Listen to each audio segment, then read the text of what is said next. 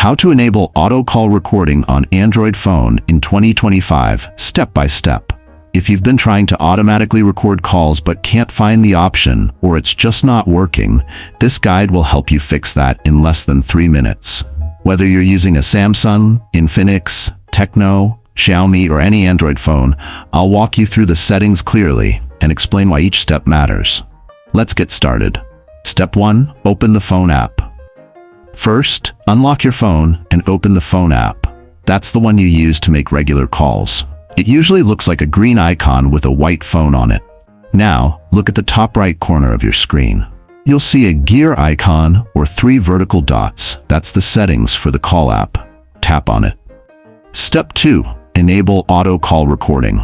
Once you're inside the call settings, scroll down. You'll see several options like flash for calls, call background, and auto call recording. Tap on auto call recording. Now here's the most important part. Make sure the toggle switch is turned on. It should change color, usually blue or green, when it's active. Why is this important? Because unless this setting is enabled, your phone will never record calls automatically, even if a recording app is installed. This built-in feature is more stable and works better with your system updates. Step 3. Clear cache for phone app. Next, let's clear the cache for the phone app to remove any bugs or glitches that might stop the recording feature from working. Go back to your home screen and open the Settings app. Now scroll down and tap on App Management or Apps. This name may vary depending on your phone. At the top, tap on the search bar and type in Phone.